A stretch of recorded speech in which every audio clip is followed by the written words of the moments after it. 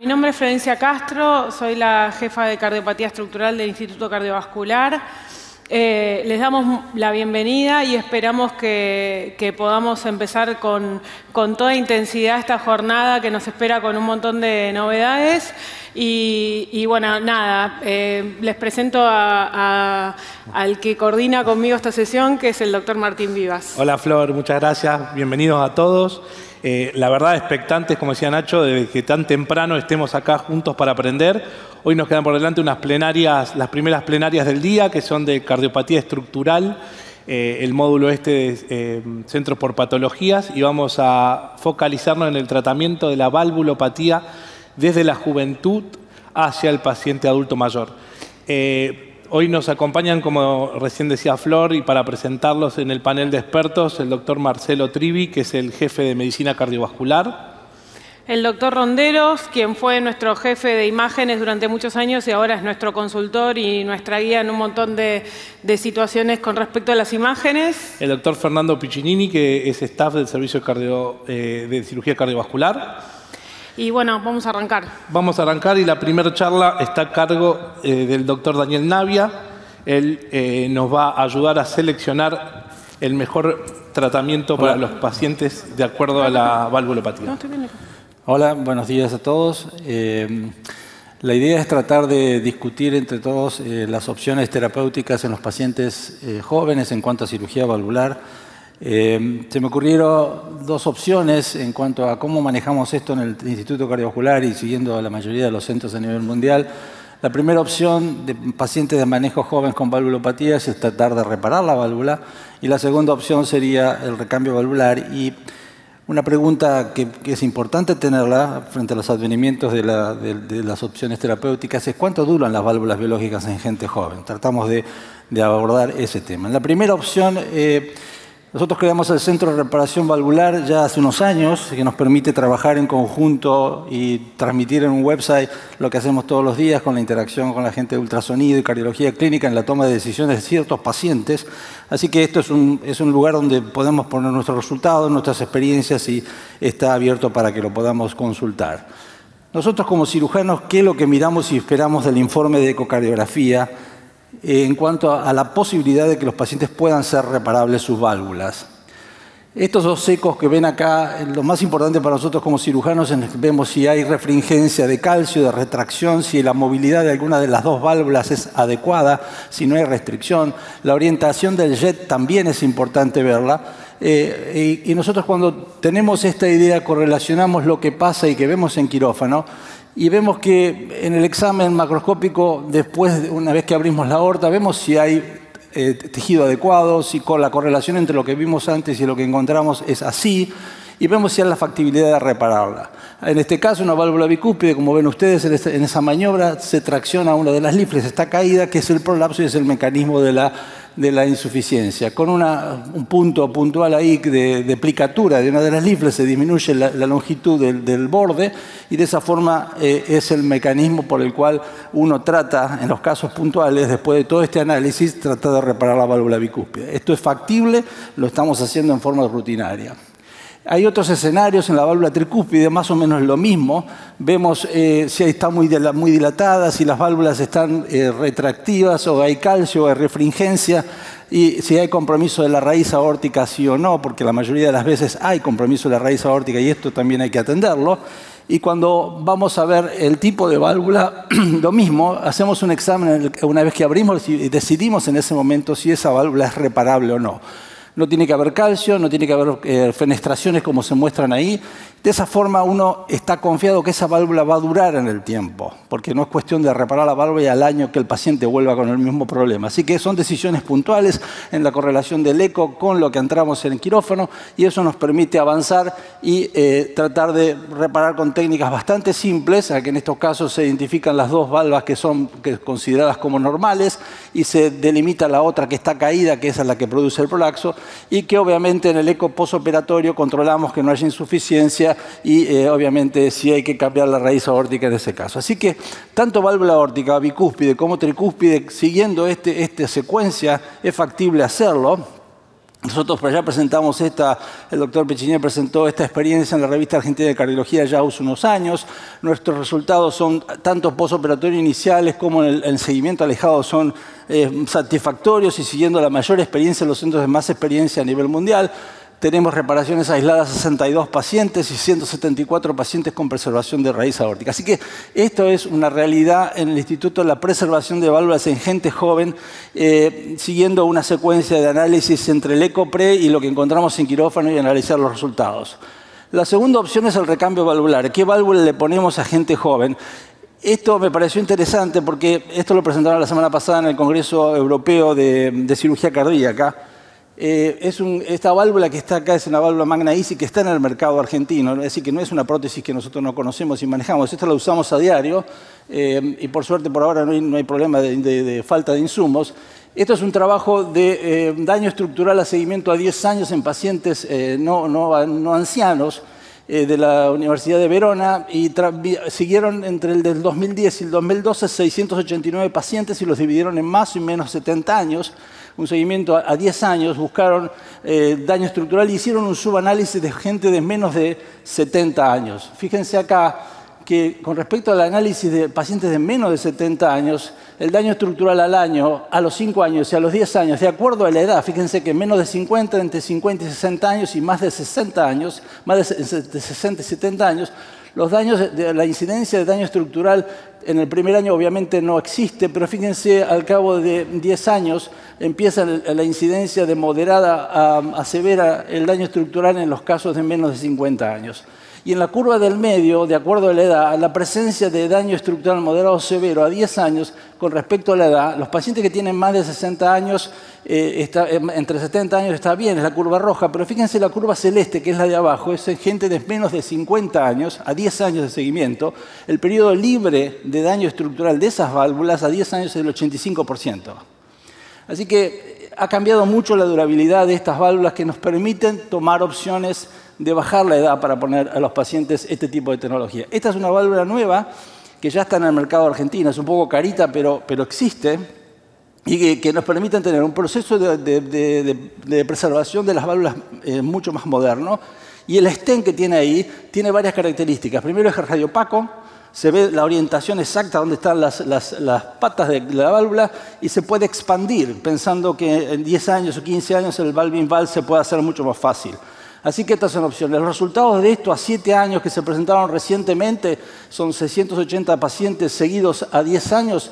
Lo ven a ustedes ahí, la mayoría de las válvulas fueron 23 y 25 y la edad de los pacientes, fíjense que casi el 30% tenían entre 50 y 60 años.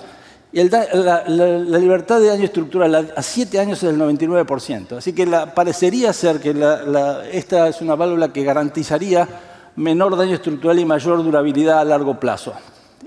Los gradientes medios a través de los 7 años, de acuerdo al número de válvulas, fíjense que se mantienen bien estables y los promedios los tienen arriba. Así que esto es promisorio y esto está acá en el país y veremos si en el futuro podemos disponerlo más libremente de acuerdo al costo.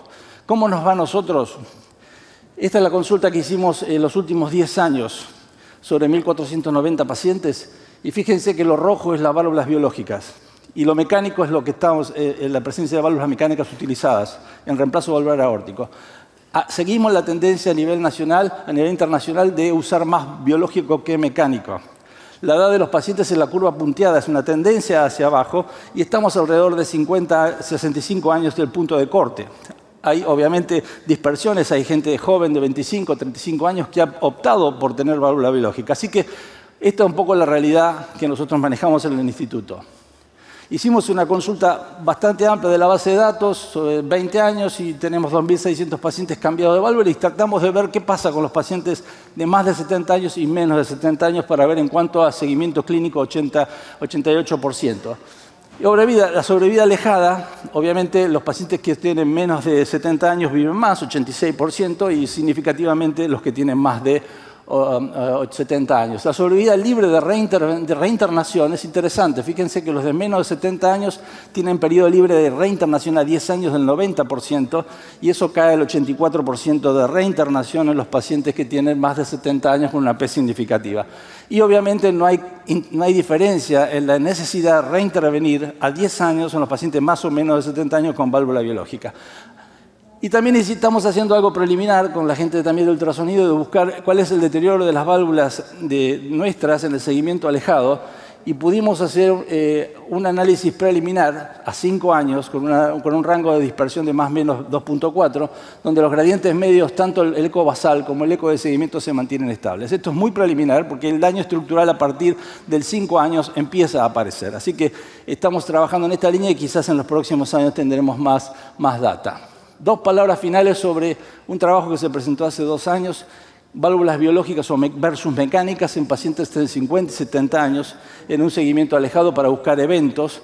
Y tuvimos 365 válvulas biológicas y 511 mecánicos, y vimos con un seguimiento de tanto el grupo no machado con el grupo machado, pudimos conseguir un grupo bastante homogéneo después de un análisis de 26 variables, y que nos permitió ver cuál es el seguimiento alejado de los pacientes con válvulas mecánicas y válvulas biológicas. En las curvas de allá está el grupo ajustado, donde ven ustedes que el seguimiento y la sobrevida no hay diferencia significativa. La reintervención, como era de esperar y coincide con la bibliografía, cae en las válvulas biológicas a 10 años en forma significativa con respecto a las válvulas mecánicas.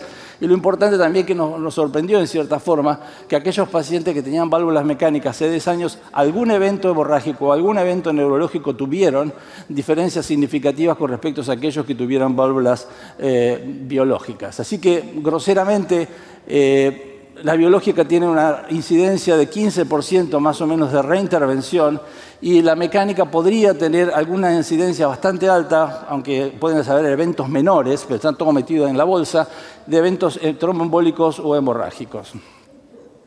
Y para finalizar, y no robar más tiempo, 2 conclusiones. La cirugía reparadora válvula aórtica es una alternativa factible en pacientes jóvenes con buenos resultados alejados. Eso es lo que manejamos en el instituto. Somos bastante conservadores. Después de una curva de aprendizaje sistemática, sabemos más o menos ahora mucho más claro qué paciente se puede reparar y qué paciente no se puede reparar en cuanto a durabilidad. Y segundo, la cirugía de recambio valvular con prótesis biológicas de última generación ofrecen una alternativa posible en pacientes jóvenes con 10 años de seguimiento. Tienen buena sobrevida alejada, una baja incidencia de reintervención y reintervención, de reinternación y reintervención. Nada más. Muchas gracias. Gracias, Daniel. No sé si podemos hacer algún comentario entre charla y charla. Ricardo, no sé cuál es tu opinión con respecto a esto que comentaba el doctor Navia, y más que nada con respecto a lo que se viene en estructural, que es la línea de vida de un paciente joven, ¿no? Cómo plantear un tratamiento que le dure toda la vida y que pueda ser factible, que pueda llevar una buena sobrevida a largo tiempo. A mí me parece que este tema de las válvulas biológicas y la no anticoagulación es apasionante. Yo no tengo duda que vamos hacia eso. Pero Daniel planteó muy bien algo recién que yo quiero subrayar, y es ¿qué válvula biológica? No son todas iguales. De hecho, cuando nosotros miramos la experiencia hace no mucho tiempo, vimos que aquellas que usamos durante mucho tiempo con confianza, y que Daniel mostró una síntesis allí, dependía de un montón de cosas que duraran. Cuando eran chicas, cuando eran menos de 23, Daniel mostró una mayoría de 23, 25, porque cuando son menores de 23, el daño en la mediana de 4 años y medio es muy grande. De manera que no podemos darle una válvula de esas a un joven de 50, 55 años, porque a los 5 años lo estamos condenando a una nueva intervención. Y ahí me gustaría decir algo. Cuando Daniel mostró los resultados a largo plazo del instituto, uno de los criterios que a mí me parece que habría que sacar como endpoint es la necesidad de reintervención, porque todos sabemos que no se reinterviene cuando se debe reintervenir. Es una segunda operación, son pacientes que ya son más viejos que la primera, entonces es como que la vamos estirando. Entonces yo sacaría ese endpoint. Sí me interesa el hecho de que la durabilidad en aquellas viejas es 5 años. Lo mostró Daniel recién con mucha claridad. Obvio, del otro lado está el problema de la trombosis o de la hemorragia de las mecánicas. Yo no estoy defendiendo las mecánicas, estoy diciendo que tenemos que elegir muy bien, caso por caso, qué válvula tenemos. Por ejemplo, la trifecta se sacó del mercado. y la usábamos con total libertad. Acaba de salir un trabajo comparando Crown, Trifecta y Magna, y la Trifecta a 5 años tiene 70% de daño estructural. Bueno, ya no está más en el mercado y la usábamos con confianza. El mensaje mío y la reflexión es que me encanta que Daniel lo haya planteado mirando a las nuevas, me parece fantástico, creo que necesitamos más y mejores válvulas biológicas, pero por ahora tiene que ser paciente por paciente, tamaño por tamaño, edad por edad y qué tipo de válvula tenemos disponible para ponerla. Genial. Marcelo, ¿cómo te sentís vos como cardiólogo clínico ante, Daniel mostraba el rango de dispersión de las prótesis biológicas y por ahí que con esto del paciente, la medicina centrada en el paciente y la decisión consensuada, un chico joven que pide una válvula biológica? Bueno, yo no es que quiera disentir con mi amigo Ricardo, pero bueno, estamos acá un poco, cada uno tiene su opinión. Yo durante mucho tiempo fui un detractor de las válvulas biológicas y ahora soy un enamorado de las válvulas biológicas. ¿Te parece que esto tiene que ver un poco con el TAVI? Las válvulas percutáneas son todas biológicas y la verdad que los pacientes con válvula mecánica no solamente es la anticoagulación, la calidad de vida es peor. La necesidad o el impedimento frente a procedimientos, frente a sangrado, además, cuando pones una válvula mecánica le complicas la vida al paciente, te complica la vida a vos. Me parece que en ese sentido estas nuevas válvulas como la que presentó Daniel son el futuro y obviamente estoy de acuerdo en que no todas las válvulas son iguales y me parece que tenemos que ir mejorando cada vez más la válvula biológica, pero yo soy muy proclive a las válvulas biológicas incluso en pacientes jóvenes. Me parece que los resultados hoy son mucho mejores. ¿Quiero hacer un comentario? Sí. A propósito de todo esto, de las TAVIs y del valve y toda esa historia, está exigiendo a cirujanos que abordemos técnicamente en quirófano las válvulas que el paciente realmente necesita. Es decir, por eso la tolerancia de 21 o 19 ya no debe existir como approach del cirujano. Estamos obligados a hacer ampliaciones del anillo para poner válvulas no menos de 23 y si es posible 25. Así que ese es un esfuerzo que los cirujanos a nivel mundial estamos haciendo a propósito de todo esto, porque es inviable pensar en un valve-in-valve en gente joven con una válvula 21, porque eso no existe. Entonces, hay una tendencia a nivel quirúrgico, a nivel cardiológico, intervencionista, de exigir, entre comillas, que los cirujanos ampliemos el anillo para poner una válvula mucho más grande. Y eso nos cambia un poco la perspectiva y la técnica, ¿no? Sí. Un solo comentario. El 5, perdón. Un solo comentario. Estamos hablando, cuando hablamos de ampliar anillo, estamos hablando básicamente de estenosis. Pero vuelvo a la primera parte de tu charla, que es las insuficiencias. Creo que sobre todo los pacientes jóvenes, hoy en día cambiar una válvula en contexto de una insuficiencia es una cosa que no está bien. Si hay criterios de reparabilidad y no hay cosas raras, creo que el 100% de nuestros pacientes jóvenes con insuficiencia aórtica deberían pasar por lo menos por la intención de hacer una reparación y no un reparo. Porque en eso sí definitivamente la sobrevida, la internación, la intervención es completamente distinta. ¿Alguna pregunta del público? No. Fer, ¿y qué paciente desestimarías para reparación? Bueno, los ecografistas, además de poder decirnos perfectamente cuál es el mecanismo, porque hay muchos mecanismos por el cual una válvula aórtica puede perder. Hoy si tenés una deformación de la raíz y tiene una pérdida central, no la vas a cambiar. Reparás la aorta y la válvula se corrige en más del 90% de los casos. Así como nos dicen el mecanismo, nos pueden decir cuál no reparar. No reparamos los que tienen focos cálcicos, las que tienen fenestraciones importantes porque tienen jets paracomisurales que son muy difíciles de arreglar y al principio no, pero ahora básicamente se arreglan todas las válvulas bicúspides siempre y cuando el RAFE no esté calcificado y tengamos una altura de la valva de por lo menos 17-18 milímetros. Esa es toda una información que perfectamente los ecografistas nos pueden dar, nos pueden hablar de simetría, de alturas, y uno sabe perfectamente a qué paciente le puede prometer una reparación y a qué paciente directamente lo descarta. Pero en los pacientes que entraban a quirófano, que hoy en día ya son 194 con la intención de repararlos, tuvimos una tasa de reparación de más del 98% y solamente 2% de conversión con menos de 1% de mortalidad. Así que me parece que en insuficiencia aórtica el tema de qué tipo de válvula es totalmente segundo plano. Okay.